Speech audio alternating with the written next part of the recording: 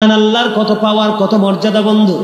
হযরতে সুলাইমান আলাইহিস সালাম একজন নবী ছিলেন, যিনি প্রতিদিন বন্ধু ছোট্ট পোকামাকড় থেকে যত কীট পতঙ্গ সবগুলোর হাজিরা রাখতেন। কি রাখতেন? হাজিরা রাখতেন। সবাই সুলাইমান আলাইহিস সালামের কাছে বন্ধু হাজিরা দিতে হতো। কেউ যদি আল্লাহর নবীর কাছ থেকে অনুমতি ছাড়া বন্ধু কোথাও চলে যেত, এসে আবার কৈফিয়ত দিতে হতো। কৈফিয়ত না দিতে পারলে তাকে সাজা দিতেন আল্লাহর নবী হযরতে সুলাইমান আলাইহিস সালাম। ওনার একটা বন্ধু সিংহাসন ছিল, একটা বাহন ছিল। এটা তেল লাগতো না, মোবিল লাগতো না, ডিজেল লাগতো না, অকটেন লাগতো না, কোনো কিছু লাগতো না, এবং ড্রাইভারও লাগতো না। আল্লাহর নবীর সিংহাসন অর্ডার দিলে বাতাস নিয়ে বন্ধু ঘুরে বেড়াতো। আল্লাহর নবী সুলাইমান আলাইহিস সালাম ওই সিংহাসনে চড়ছেন। এমন অবস্থায় হঠাৎ করে বন্ধু মাঠে কৃষক কাজ করতেছে। কি করতেছে? মাঠে কৃষক কাজ করতেছে। আল্লাহর নবীর এই কুদরতি সিংহাসন দেখে ওই কৃষক জোরে জোরে বলে দিল সুবহানাল্লাহ। সুবহানাল্লাহ বলতে দেরি রে ও লাকসামের কি হুজুরের মাজার প্রাঙ্গণের মানুষ, একটু হৃদয় খুলে শোনো। আল্লাহর নবীর সিংহাসন আর একটা মুহূর্তের জন্য সামনের দিকে যায় না। সুবহানাল্লাহ বলতে দেরি বন্ধু নিচের দিকে ধীরে ধীরে ডাউন হচ্ছে, নিচের দিকে চলে আসছে সেই সিংহাসন। এবার কৃষক দেখে ভয় পেয়ে গেল, কয় হায় রে, কি অন্যায় জানি করে ফেলেছি, কি অপরাধ জানি করে ফেলেছি। আল্লাহর নবীর সিংহাসন, আমি একটা শব্দ উচ্চারণ করতে দেরি রে, সিংহাসনটা একটা সেকেন্ডের জন্য সামনের দিকে যায় না, নিচের দিকে চলে আসছে। আল্লাহর নবী সুলাইমান আলাইহিস সালাম তিনি কি করলেন? এবার সিংহাসন রেখে কৃষকের পিছনে ধাওয়া করলেন। বন্ধুরে আবার কৃষক তো কোনোভাবে তাকে সময় দিতে পারছে না, ভয়ে দৌড়াচ্ছে। দৌড়াইতে দৌড়াইতে আল্লাহর নবী তাকে ডাক দিলেন। ডাকার পরে তার সাথে এক পর্যায়ে মুখোমুখি হয়ে গেলেন। ডাক দিয়ে বলল, কৃষক একটু দাঁড়াও না, একটু আগে তুমি কি বলেছিল? কই আমার মনে নাই। জোরে জোরে সুবহানাল্লাহ। উনি আতঙ্কিত হয়ে গেছে, ভয় পেয়ে গেছে বন্ধু। কয় আমার মনে নাই। কই কি বলছো তুমি? একটু আগে বলেছ। বন্ধু একটু স্বাভাবিক হলো। এবার বলল, নবী গো, আমি সুবহানাল্লাহ পড়েছি আপনার এই কুদরতি সিংহাসনের অবস্থা দেখে। এবার আল্লাহর নবী সুলাইমান আলাইহিস সালাম একটা ডাক দিয়ে বলল, রে কৃষক, আমার তুমি সুবহানাল্লাহ বলার কারণে তোমার আমলনামায় যেই সওয়াব লিপিবদ্ধ করা হয়েছে, তুমি যদি আমাকে সেই সওয়াবটা দিতে রাজি থাকো রে, আমি আমার সিংহাসন তোমাকে দিতে প্রস্তুত। মানে সুবহানাল্লাহর বরকত বোঝানোর জন্য আমি বলেছি বন্ধু। এবার আসেন আলহামদুলিল্লাহ, মূসা নবীর জামানা আমরা এগুলো পড়তে চাই না, ঠিক কিনা বলেন? আমরা কি করতে চাই না? এগুলো আমরা পড়তে চাই না। আমরা বন্ধু অলস কৃপণতা করি বন্ধু। কৃপণ মানুষকে আল্লাহ পছন্দ করে না, দেখতে পারে না। অহংকারী মানুষকে আল্লাহ দেখতে পারে না বন্ধু। আমার দিকে তাকিয়ে নজর দিয়ে হৃদয়ের জানালা খুলে শোনো বন্ধু। মূসা নবীর জামানায় দুর্ভিক্ষ দেখা দিল।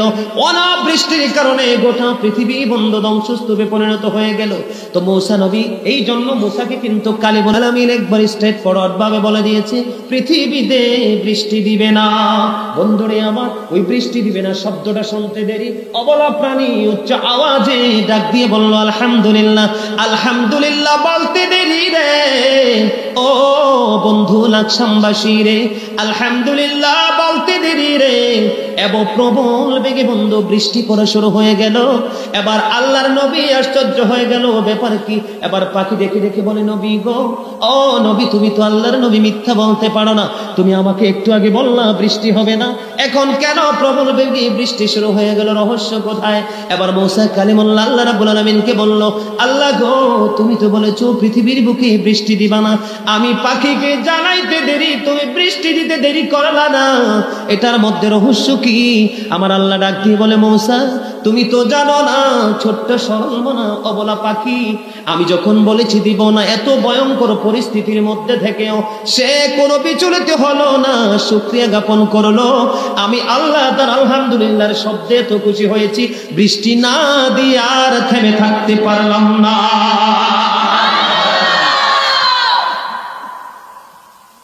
এই বরকতগুলো হারিয়ে যাচ্ছে আজকে আমাদের কাছে, এগুলো ঠিক কিনা বলেন? আপনারা কি জানেন, আমরা তো নির্লজ্জ, আমরা ক্যারেক্টারলেস, আমরা বেহায়া, আমরা অপমানকে অপমান মনে করি না, ট্রিটকে আমরা ট্রিট মনে করি না। এটা আমাদের জন্য বড় লজ্জা। আমরা মুসলমান, জানেন কিছু জানেন? আল্লাহ রাব্বুল আলামিন কোরআন শরীফের 30 পারা সূরা 3 এ কি বলেছেন? লাকাদ খালাকনাল ইনসানা ফি আহসানি তাকওয়িম। আল্লাহ বলেছেন বিউটিফুল শেপ। আল্লাহ বলেছে আল্লাহ মানুষকে তো সুন্দর করে সৃষ্টি করেছে। আপনি জমিনকে প্রশ্ন করেন, জমিন তুমি তো অনেক সুন্দর, জমিন রিটার্ন আপনাকে পাল্টা জবাব দিয়ে দিবে, নও, আমার চাইতে তুমি মানুষ সুন্দর।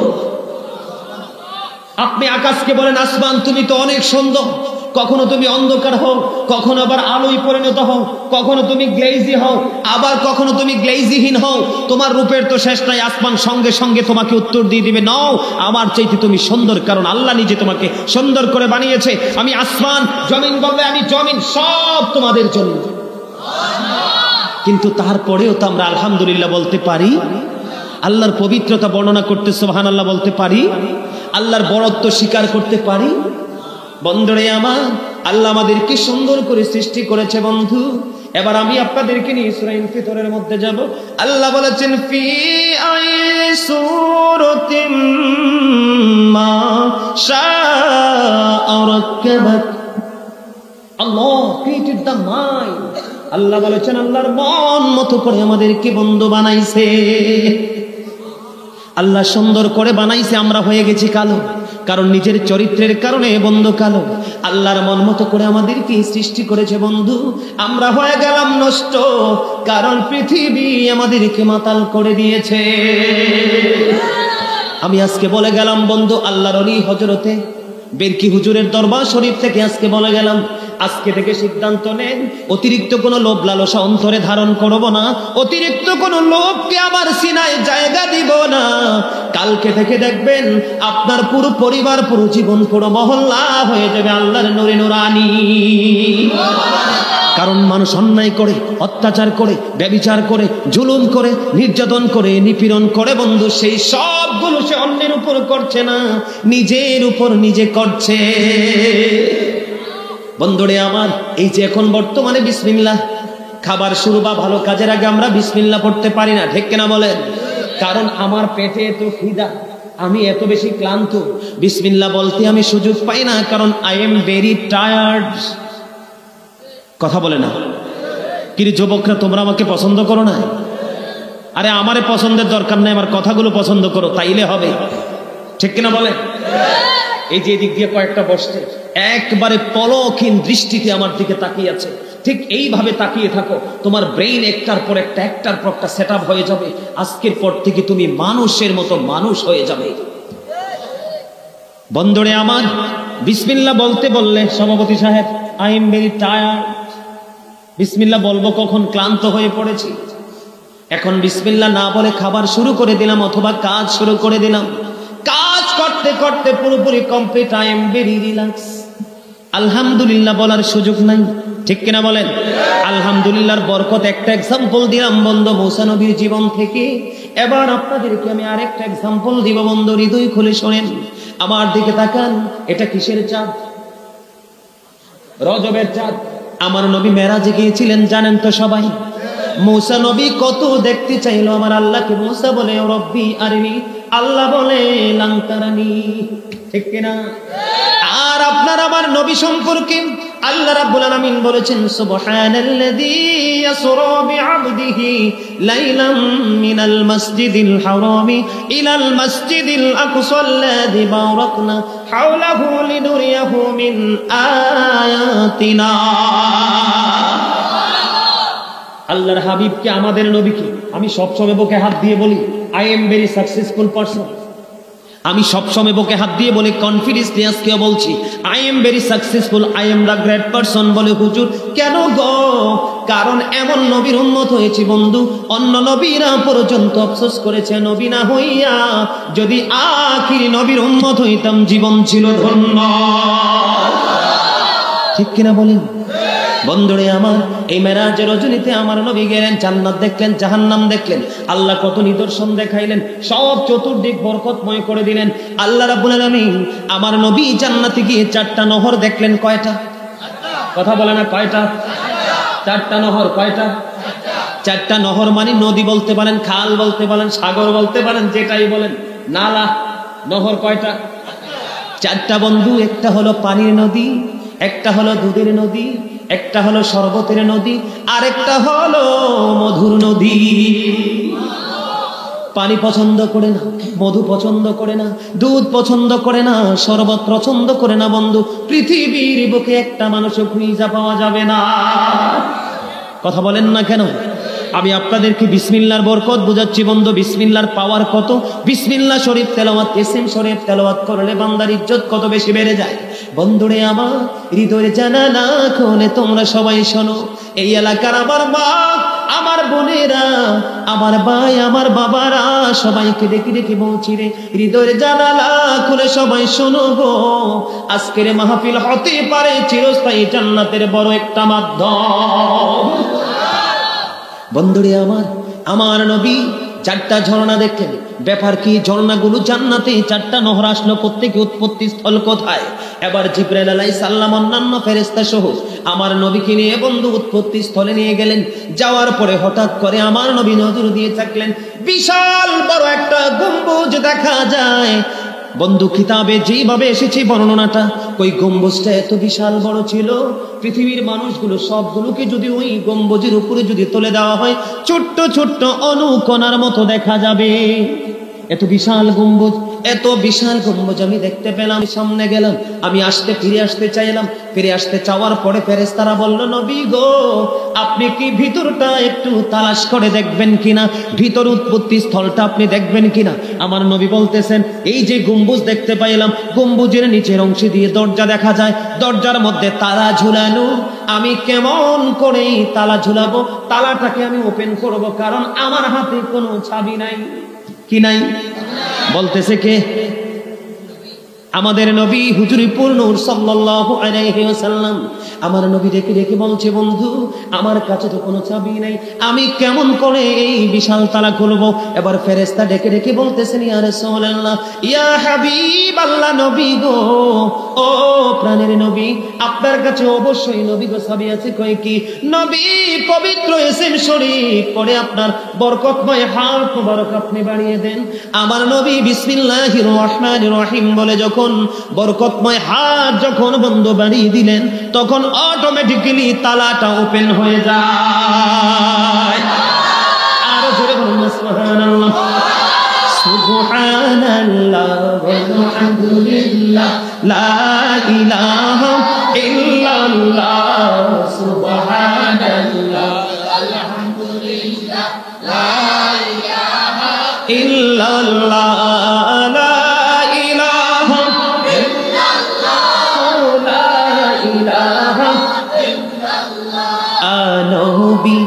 আমার নহরের ফতুল জগত করলেন ও জালা। নবী আমার নহরের ফতুল জগত করলেন ও জালা।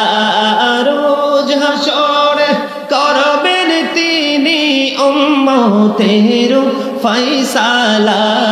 সুবহানাল্লাহ আলহামদুলিল্লাহ মুহাব্বতে সুবহানাল্লাহ ওয়ালহামদুলিল্লাহ লা ইলাহা ইল্লাল্লাহ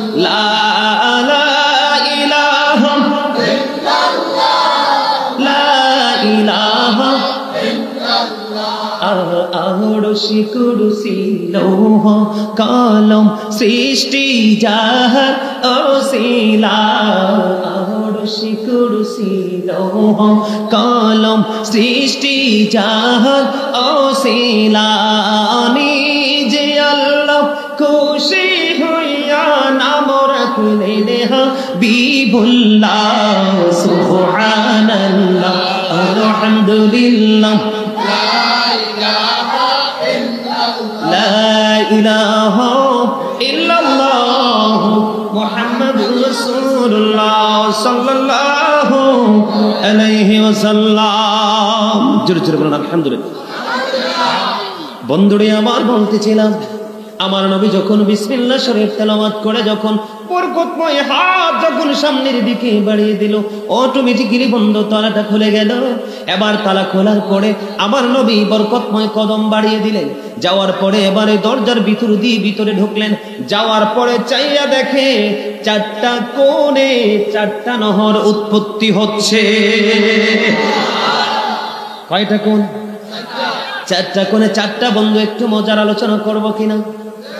বন্ধুরে আমার, মুমিন যারা, ইমানদার যারা, আল্লাহ নবীর প্রেমিক যারা, আল্লাহর দিদার চায়, পরকালে মুক্তি চায়, অবশ্যই তাদের মধ্যে জানার অনুভূতি আসবে, ঠিক কিনা? কয়টা কোণ? চারটা কোণে বন্ধু চারটা নহর উৎপত্তি হচ্ছে, ঠিক কিনা বলেন? যেমন আমি আপনাদেরকে অনেকেই বুঝতে অসুবিধা হতে পারে, সাধারণ সরল মনে তৃণমূল পর্যায়ের মানুষ যারা, বন্ধুরে আমার, আমি উৎপত্তি স্থল মানে এটা ওঠার জায়গা, শুরুর জায়গা। কথা বলেন না কেন? মূল যে কেন্দ্রবিন্দু, সেই জায়গা থেকে এটা সূত্র তৈরি হলো। যেমন ধরেন আমরা শুক্রবারে জুমার দিনে বিশেষ করে মসজিদে যখন যাই, মসজিদের আঙিনায় অজুখানা আছে না নাই? পাইপ দিয়ে পানি আসে কিনা? পানিটা আসে কোত্থেকে? উপর ট্যাঙ্ক থেকে, ঠিক কিনা বলেন? এই ট্যাঙ্কের মধ্যে যুক্ত হলো কোত্থেকে? ও বন্ধু, আমরা এই বাংলাদেশে যেই ঢিককল গুলো বসার প্রক্রিয়া যারা করে, ওই সমস্ত এক্সপেরিয়েন্স ম্যানদেরকে ডেকে আমরা গভীর সমুদ্রের তলদেশ থেকে মাটি খনন করে উঠাই। এটাই হলো ট্যাঙ্কে যাওয়ার উৎপত্তি স্থল। ঠিক তেমনি নবী দেখেছেন বন্ধু বিশাল গম্বুজ, গম্বুজের উপরে বিশাল একটা পেয়ালা বন্ধু, ওই পেয়ালার নিচ দিয়ে পানিগুলো চতুর্দিকে বন্ধু চারটা নালা চারদিকে প্রবাহিত হয়। এবার আমার নবী তার মূল উৎপত্তি স্থল আইডেন্টিফাই করার জন্য চলে গেল। যাওয়ার পরে এবার আমার নবী, আপনার নবী সরকারে মদিনা ইমামুল মুরসালিন রাহমাতাল লিল আলামিন, তিনি ভিতরে নজর দিয়ে চায়া দেখলো বন্ধু, ভিতরের দিকে নজর দিয়ে চায়া দেখলো চারটা কোণ থেকে চারটা নহর উৎপত্তি হচ্ছে। প্রথমত বন্ধু আমার নবী পানির নদীর যে ব্যাখ্যা আমি পেয়েছি বন্ধু, বিসমি শব্দের মধ্যে একটা মিম আছে না নাই? বিসমিল্লাহ, এখানে মিম আছে না নাই? বিসমি শব্দের মিম অক্ষর হইতে ওই পানির নদীটা উৎপত্তি হয়েছে।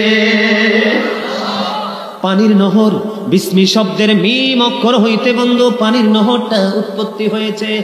বিসমিল্লাহ আল্লাহ শব্দের হা অক্ষর হইতে বন্ধু দুধের নদী উৎপত্তি হয়েছে, দুধের নহর উৎপত্তি হয়েছে।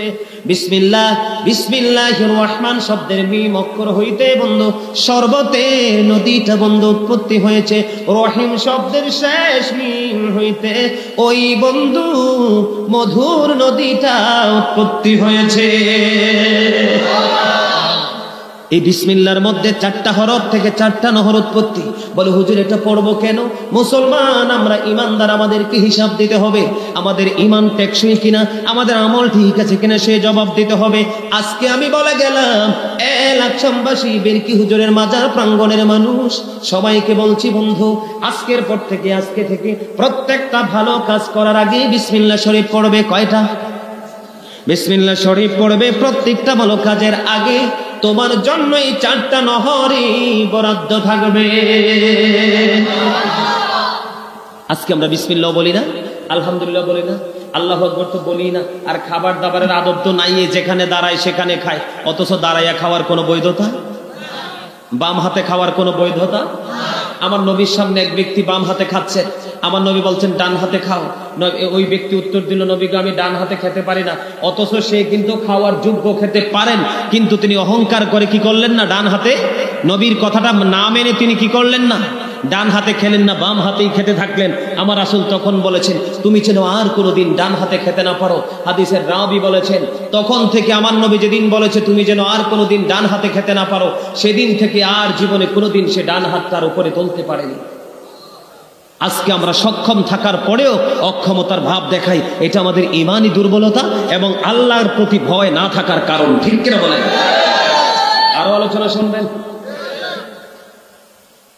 আলোচনা আরো শুনবেন সবাই? কবে শুরু বলে? আপনাদের কাছে যদি মনে হয় শুরু, তাহলেই শুরু। কমিটি শুরু বললে শুরু হবে না। শুনতে চান সবাই? আরো জোরে সবাই তো জি বলেন না, হাতটা তোলেন তো একটু দেখি। আলহামদুলিল্লাহ, আলহামদুলিল্লাহ। হাত নামান। এই যে হাত উঠাইছে, হাতও কিন্তু ফেরেশতাদের ক্যামেরায়, সিসি ক্যামেরা। আপনারা তো এই দুই কাঁধে দুই ফেরেশতা আছি, এই ভয়ে তো আমরা আতঙ্কে থাকি, ঠিক কিনা? দুই কাঁধে কি আছে? যাবে আছেন না? আচ্ছা ঠিক আছে ইনশাআল্লাহ, ঠিক আছে ইনশাআল্লাহ যান। আমরা দোকানে যখন মালিক কি করে, মালিক যখন ক্যামেরা ফিটিং করে, কর্মচারী সারাক্ষণ আতঙ্কে থাকে, থাকে না? কথা কয় না কেন? ধরা পড়তে পারলে, আপনারা দেখছেন কিনা জানি না, ঢাকাতে দেখছেন কি হয়েছে? আজকে একটা খবর দেখলাম, দুই মিস্ত্রিকে মালিক পিটাইতে পিটাইতে একবারে মেরে ফেলছে টাকার জন্য। মালিকের টাকা হারিয়ে গেছে, এখন শ্রমিকদের উপরে তার নজর গেছে, সেই নজরে শ্রমিকদেরকে মেরে ফেলেছে। এইটা মনে রাখতে হবে। এই দুই কাঁধে কি আছে? কেরামান কাতিবিন কাঁধে বসিয়া সকল কর্ম লিখিতেছে হুকুম নিয়া, আল্লাহর হুকুম নিয়া। 40 কদম হাঁটিয়া আসবি সজন, মুনকারে নাকির হাজির হইবে রে তখন। ঘুমটা খুলিয়া সোয়াল মুসলিম ভাই, ঘুমটা খুলিয়া সোয়াল করিবেন তখন। 40 কদম হাঁটিয়া আসবে রে সজন। কি সওয়ালের কি জবাব হইতে যে পারে, সময় থাকিতে অমন জানি।